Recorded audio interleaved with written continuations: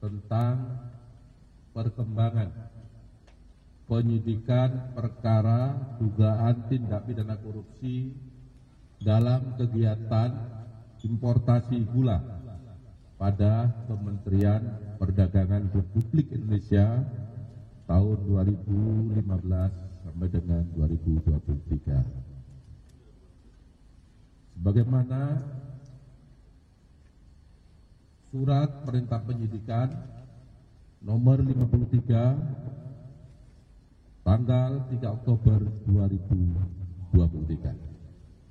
Adapun kasus tersebut adalah sebagai berikut, bahwa pada tahun 2015 berdasarkan rapat koordinasi antar kementerian,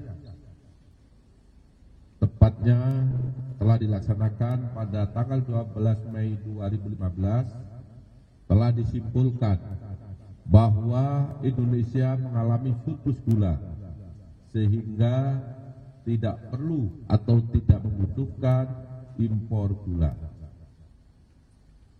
Akan tetapi pada tahun yang sama, yaitu tahun 2015 tersebut, Menteri Perdagangan yaitu saudara TTR memberikan izin persetujuan impor gula kristal mentah sebanyak 105.000 ton kepada PT AP, yang kemudian gula kristal mentah tersebut diolah menjadi gula kristal putih atau GKP. Sesuai dengan keputusan Menteri Perdagangan dan Perindustrian nomor 527 tahun 2004, yang diperbolehkan impor gula kristal putih adalah BUMN. Tetapi berdasarkan persetujuan impor yang telah dikeluarkan oleh tersangka TTL, impor gula tersebut dilakukan oleh PT AP, dan impor gula kristal mentah tersebut tidak melalui rapat koordinasi atau rakor dengan instansi terkait serta tanpa adanya rekomendasi dari Kementerian Perindustrian guna mengetahui kebutuhan real gula di dalam negeri. Kemudian pada tanggal 28 Desember 2015 dilakukanlah rapat koordinasi di bidang perekonomian yang dihadiri oleh kementerian di bawah Menko Perekonomian, yang salah satu pembahasannya bahwa Indonesia pada tahun 2016 kekurangan gula kristal putih sebanyak 200.000 ton dalam rangka stabilisasi harga gula dan pemenuhan stok gula nasional. Pada bulan November sampai dengan Desember 2015, tersangka CS selaku Direktur Pengembangan Bisnis PT PPI, Perusahaan Perdagangan Indonesia, memerintahkan staf senior manajer bahan pokok PT PPI atas nama P untuk melakukan pertemuan dengan 8 perusahaan swasta yang bergerak di bidang gula, padahal dalam rangka pemenuhan stok dan stabilisasi harga seharusnya diimpor adalah gula kristal putih secara langsung, dan yang dapat melakukan impor tersebut hanya BUMN. Bahwa ke-8 perusahaan swasta yang mengelola gula kristal mentah menjadi gula kristal putih, sebenarnya izin industrinya adalah produsen gula kristal rafinasi yang diperuntukkan untuk industri makanan, minuman, dan farmasi. Setelah ke-8 perusahaan tersebut mengimpor dan mengelola gula kemasan mentah menjadi gula kemasan putih, selanjutnya PT PPI seolah-olah membeli gula tersebut, padahal senyatanya gula tersebut dijual oleh perusahaan swasta, yaitu 8 perusahaan tersebut, ke pasaran atau ke masyarakat melalui distributor yang terafiliasi dengannya dengan harga 16.000 per kilogram, yaitu harga yang lebih tinggi dari HIT saat itu 13.000, dan tidak dilakukan operasi pasar. Bahwa dari pengadaan dan penjualan GKM yang telah diolah menjadi gula kental putih tersebut, PT PPI mendapatkan fee dari 8 perusahaan yang mengimpor dan mengelola gula tadi sebesar Rp105 per kilogram. Bahwa kerugian negara akibat perbuatan importasi gula yang tidak sesuai dengan ketentuan perundang-undangan yang berlaku, negara dirugikan sebesar kurang lebih 400 miliar rupiah. Bahwa selanjutnya pada hari ini Selasa 29 Oktober 2024, penyidik pada Jaksa Agung Muda Tindak Pidana Khusus Kejaksaan Agung Republik Indonesia menetapkan status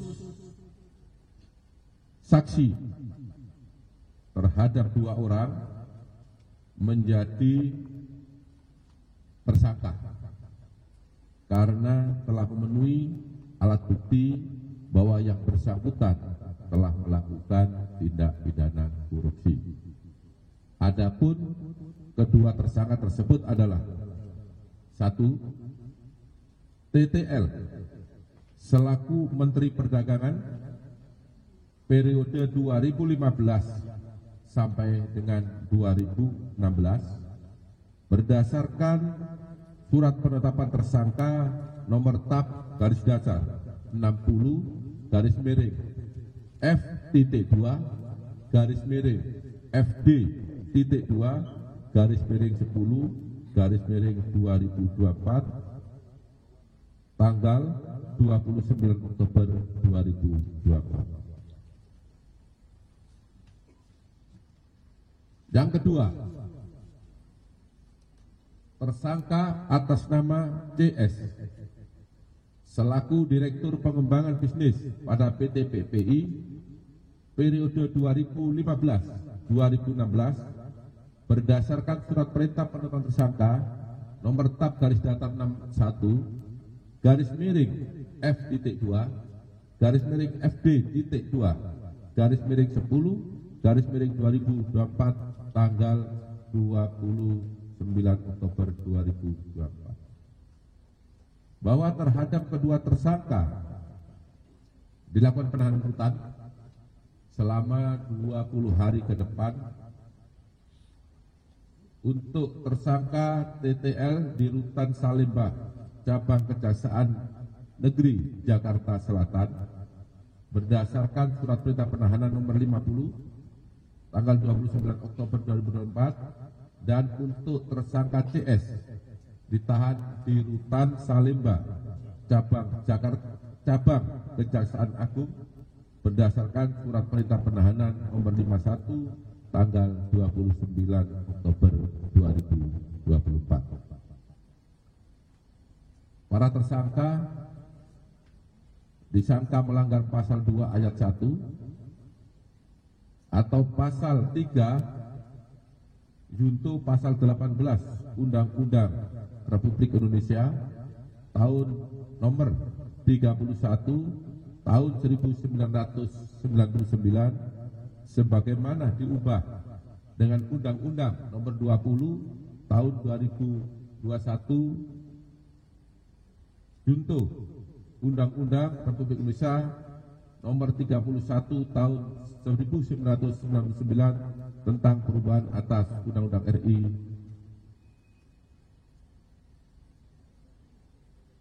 tahun nomor 31 tahun 99 tentang pemberantasan tindak pidana korupsi junto pasal 55 ayat 1 ke 1 KUHP. Demikian yang dapat saya sampaikan. Mohon maaf apabila ada yang kurang jelas dalam penjelasan saya. Saya akhiri, wabillahi taufiq wal hidayah.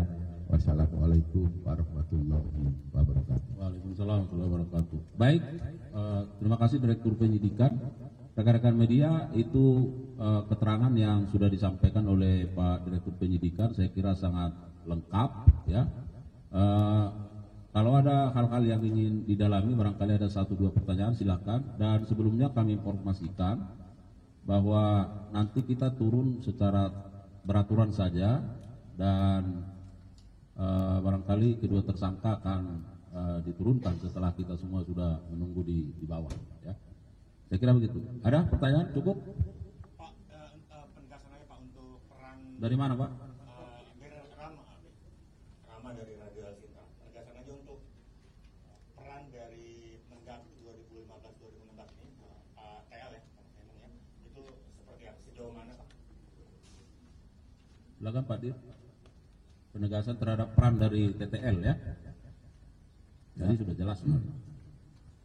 Saya rasa tadi sudah cukup jelas ya, bahwa TL ini tadi yang pertama adalah telah memberikan penugasan kepada perusahaan ya untuk mengimpor gula kristal mentah menjadi gula yang kemudian diolah menjadi gula kristal putih dalam rangka stabilisasi harga gula di masyarakat. Karena pada saat itu gula langka, harga melambung tinggi. Padahal seharusnya yang berhak melakukan impor gula untuk kebutuhan dalam negeri dalam rangka stabilan harga adalah BUMN yang ditunjuk oleh Menteri Perdagangan.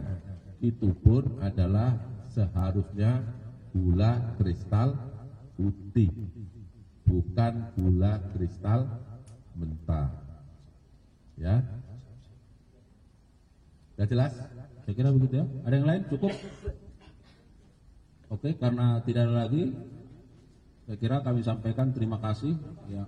Untuk dari kasus maaf ini dari analisis dari pengadilan untuk karena ini impor dari gula, apakah dari pihak Bea Cukai juga ada lagi tersangkanya Pak? Terima kasih. Silakan Pak Dir.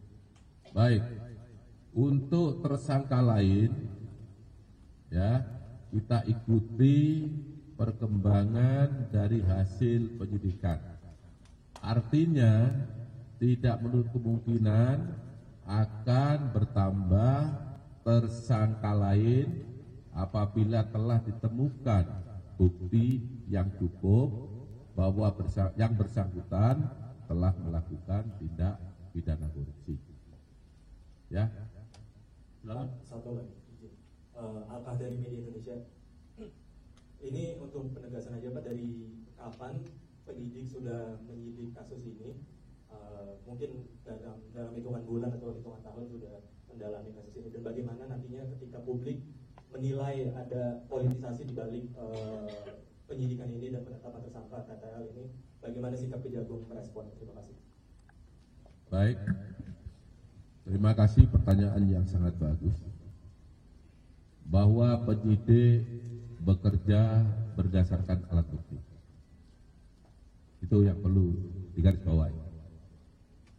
Tidak terkecuali siapapun pelakunya, ketika ditemukan bukti yang cukup, maka penyidik pasti akan menetapkan yang bersangkutan sebagai tersangka. Saya ulangi, tidak memilih atau memilah siapa pelakunya, sepanjang memenuhi alat bukti yang cukup. Terima kasih. Ya. Penyidikan dalam perkara ini sudah cukup lama, sejak Oktober 2023. Jadi kalau dihitung mungkin 1 tahun. Dengan jumlah saksi sekitar 90. Tentu penyidikan tidak hanya berdiri di sana, kita juga minta penghitungan kerugian uang negara.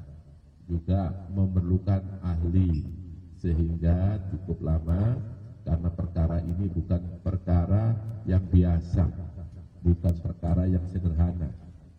Ya, cukup ya? Ya, satu lagi. Pak, mengenai barang bukti, Pak. Pak, Bapak boleh. Pak izin Pak, saya Thomas Pak dari Kumparan.com mau menambahkan pertanyaan yang tadi aja Pak. Kan tadi itu penyidikan ya Pak. Kalau penyelidikan itu dimulainya kapan Pak? Gitu. Ya, kita sudah tahap penyidikan setahun. Artinya kalau penyidikan ya tentu sebelum itu, ya. Saya tidak punya data ini mulai kapan, tapi yang pasti subsistem daripada penyidikan adalah penyelidikan. Itulah tahap yang telah diatur dan ditentukan dalam KUHP. Ya, cukup ya. Nah, terakhir, TV1 masih. Nah, tadi mau nanya soal ini Pak, izin Pak, dari TV1 soal barang buktinya kan kerugiannya sampai 400 miliar. Ini barang bukti yang udah dipegang sama penyidik ini apa aja Pak, kalau boleh? Ya. Tentu kalau barang buktinya gula sudah tidak ya, karena gula kan sudah beredar di masyarakat apalagi tahun 2015 ya. Bukti yang telah kita dapat, 1 catatan, dokumen, keterangan saksi, ya, keterangan ahli, itu bukti. Kalau barang bukti kita dapat adalah dokumen sama catatan, ya, transaksi-transaksi keuangan. Ini sudah kita dapat semuanya. Siapa yang melakukan, apa isinya, penyidik sudah mengantongi semua. Baik, saya kira demikian ya, rekan-rekan media. Sekali lagi kami menyampaikan